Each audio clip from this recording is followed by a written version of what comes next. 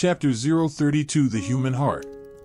The 10 ferocious flying Xianxias, all savage and brimming with raging murderous aura before, now lay fallen on the sandy ground after being bound by the rope and pierced through the heart by flying swords. Dark blood seeped across the sand, and they were already in a comatose state. Yet each of them still exuded a powerful aura, showing strong signs of life. We can't get away with keeping this treasure-grade artifact, Fang Han said immediately. Even for a great sect like Yuhua sect, one of the 10 Taoist immortal sects, a treasure-grade artifact was an extremely rare possession. If one went missing, the sect elders would definitely investigate it thoroughly, and with Yuhua sect's power, there was nothing they could not uncover. The Sunchicken Supreme Yang rope was refined by Grand Elder Supreme Yang Jinmen Chun Rui of the sect. He later bestowed it to Hua Tiandu, the number 1 true disciple of Tiandu Peak. This Hua Tiandu is the true disciple with the highest chance of stepping into the longevity secret realm, known as Yuhua sect's number 1 true disciple, the leader of all true disciples. Senior Sister Mo must have borrowed this treasure from him. Among all the peaks of Yuhua sect, Tiandu Peak holds an extremely high status, while Senior Sister Fang's Zidian Peak ranks at the very bottom. But Hongyi Junju nodded, seemingly agreeing with Fang Han's words, but her tone shifted sharply when she reached the end. But what? Fang Han caught the implication in her words. But Senior Sister Fang is no ordinary figure either. She exchanged cultivation techniques with Ying Tianqing, the demon marshal, son of the demon path's congenital emperor. With the fusion of immortal and demonic arts, her supernatural powers advanced by leaps and bounds, her progress is incredibly fast, and her future is boundless. If we take the Sunchicken Supreme Yang rope first and hand it over to her, she will definitely handle it properly. Hongyi Juanju's gaze drifted to the sky, as she carefully weighed the interests and relationships between all the people involved.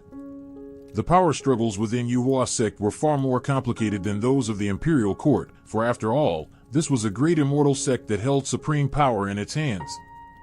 Besides, even if we don't take this treasure-grade artifact, we can't just leave it here, can we? Are we going to cure Senior Sister Mo's poison and leave it here for her? If we cure her, she will ask how we did it, then ask where the flying swords went, and how Hongfen Taizi died. What are we going to do then? This series of questions made Fang Han feel the matter had turned tricky once again. What about Lu Kang? Should we save him? It will be very tricky even if we do save him. Fang Han frowned and asked Hongyi Junju for her opinion. Forget it. Lu Kang has his own schemes. He pulled you close just to add more leverage to his own side. We can't trust him easily. He is nothing like us, who have saved each other's lives. If he finds out we have taken so many flying swords and are going to keep the Sunchicken Supreme Yang rope, he will definitely spread the news. What's more, Yuan Jiankong escaped. He will definitely send out a distress talisman to alert the true disciples. Hongyi Junju looked at Lu Kang sprawled on the ground, hesitated for a moment, and shook her head. That's not right. After all, the 3 of us are an offensive and defensive alliance for the time being. We should save him if we can. Fang Han thought for a moment, walked to Lu Kang, dropped a drop of his own blood into Lu Kang's mouth, then activated it with a true water talisman to send the blood down into his abdomen. Soon after, gurgling sounds rose from Lu Kang's abdomen. A wave of toxic gas dissipated from his whole body, blown away by the wind, and he climbed up abruptly. Fang Han, Hongyi, you two were hit by 6 desires in thunder, yet you can still stay conscious? Fang Han, your blood can actually neutralize the poison of 6 desires in thunder. What miraculous pill have you taken? Is it the Yinyang longevity pellet? Lu Kang had already seen everything when he climbed up. When he saw Senior Sister Mo and the others lying unconscious, on the brink of death, he immediately understood what had happened.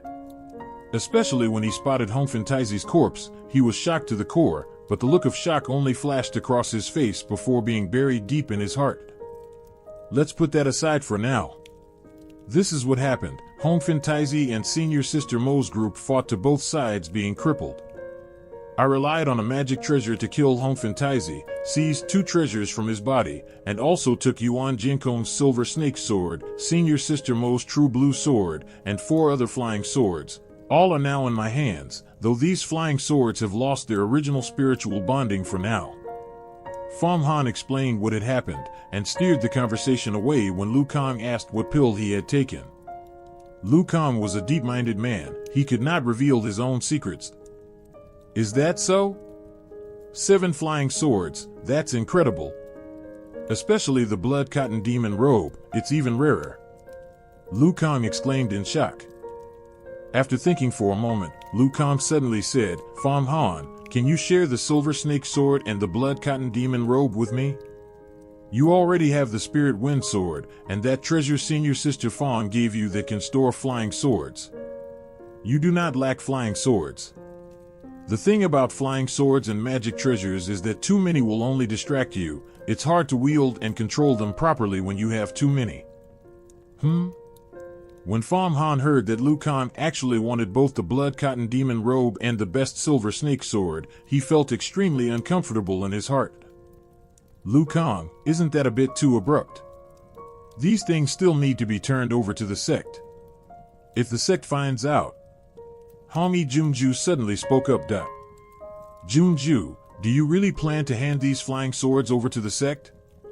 Lu Kang smiled. Even if we hand them over, we won't get any share anyway. There are so many inner sect disciples and true disciples, they will carve it all up in no time. Fang Han picked up such a huge windfall, 7 flying swords, 1 magic robe. If I don't ask for a share now, I will miss my chance forever. This is a once-in-a-lifetime opportunity. I cannot be polite. It's perfect that Fang Han has this secret in his hands now. If I ask for a share, I can grab the maximum benefit for myself. Even if I enter the inner sect, I can never get a flying sword as a reward from the sect. If I get a flying sword and a treasure robe now, I will stand out among all inner sect disciples. I was right to judge people correctly. I pulled Fang Han to my side when I had the chance. While he spoke, Lu Kang thought to himself. 7 flying swords and 1 magic robe were no trivial matter. Lu Kang knew that his request was a bit abrupt, but he could not miss this chance for anything. The opportunity was too rare. He had to fight for the maximum benefit for himself. He might never get another chance like this in his whole life. If he was modest and missed it, he would regret it for the rest of his life.